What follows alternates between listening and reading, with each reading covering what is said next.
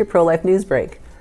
After the head of the FDA promised a full review into the safety of the deadly abortion drug mifepristone, attorneys general in 4 blue states have asked the agency to instead lift the remaining restrictions on the drug.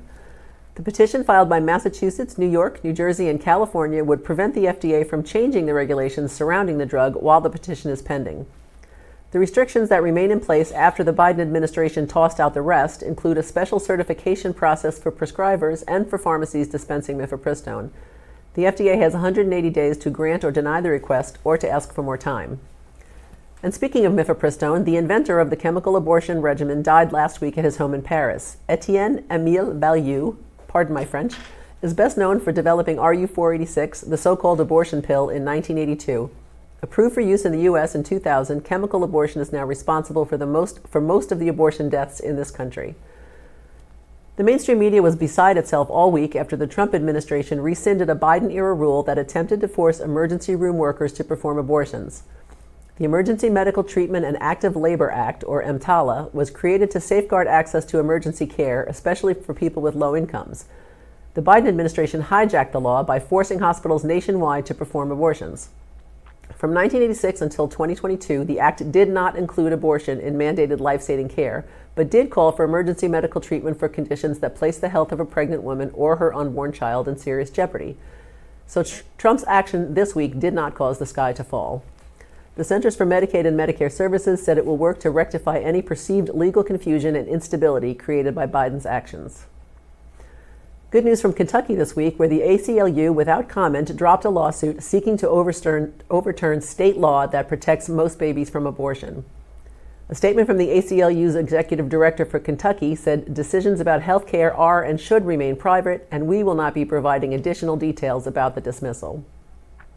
Attorney General Russell Coleman, who was a named defendant in the suit, celebrated the surprise victory, saying Kentuckians can be proud that our pro-life values won the day today, and innocent lives will continue to be saved as a result.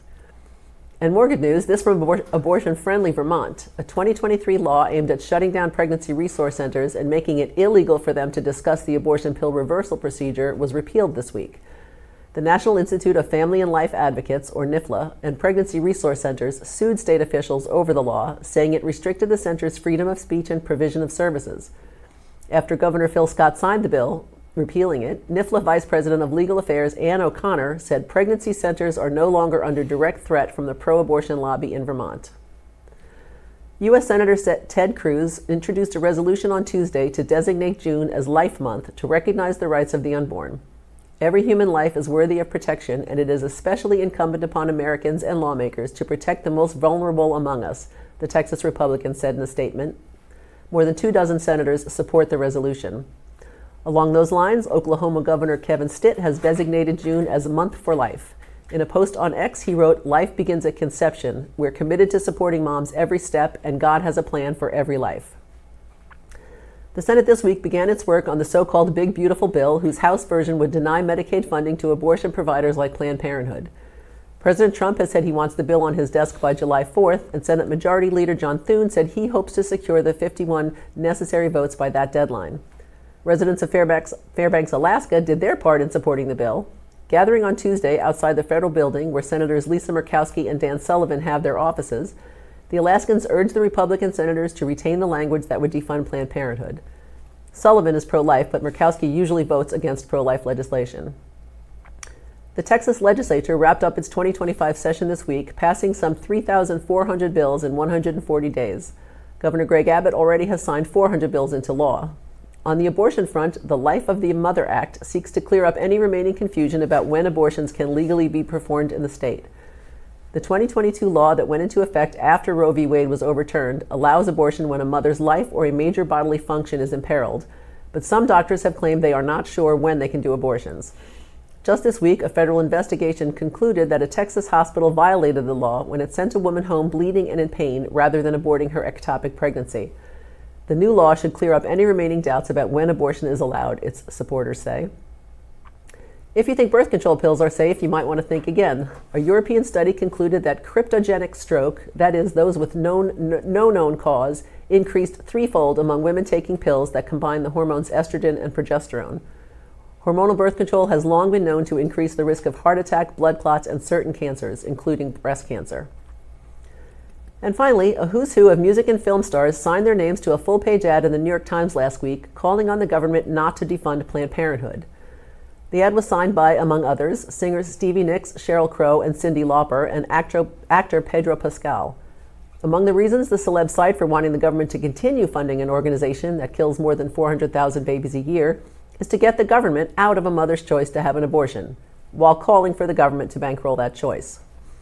If you've ever watched Celebrity Jeopardy, you know that celebrities often are not the brightest bulbs. That's some of what's making news this week. Thank you for tuning in. If you would like to keep up with our press releases and commentary, go to prolife.press or scan the barcode on your screen. Today is the 81st anniversary of the D-Day invasion of Normandy, a turning point for the Allies in World War II. More than 4,000 Americans died that day. I thank them and everyone willing to make that heroic sacrifice to defend our freedom. And please remember always that life is the only choice. Every life is a gift.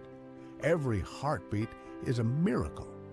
But right now, the most innocent among us are in danger.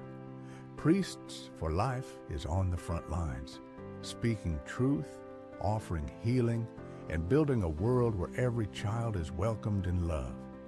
Join us in this sacred mission to end abortion. Stand with life. Stand with Priests for Life. Scan the QR code right now and help save unborn babies today. God bless. So many companies support abortion, but today you can make sure that with every call you make, you are supporting the unborn. Patriot Mobile is America's only Christian conservative wireless carrier.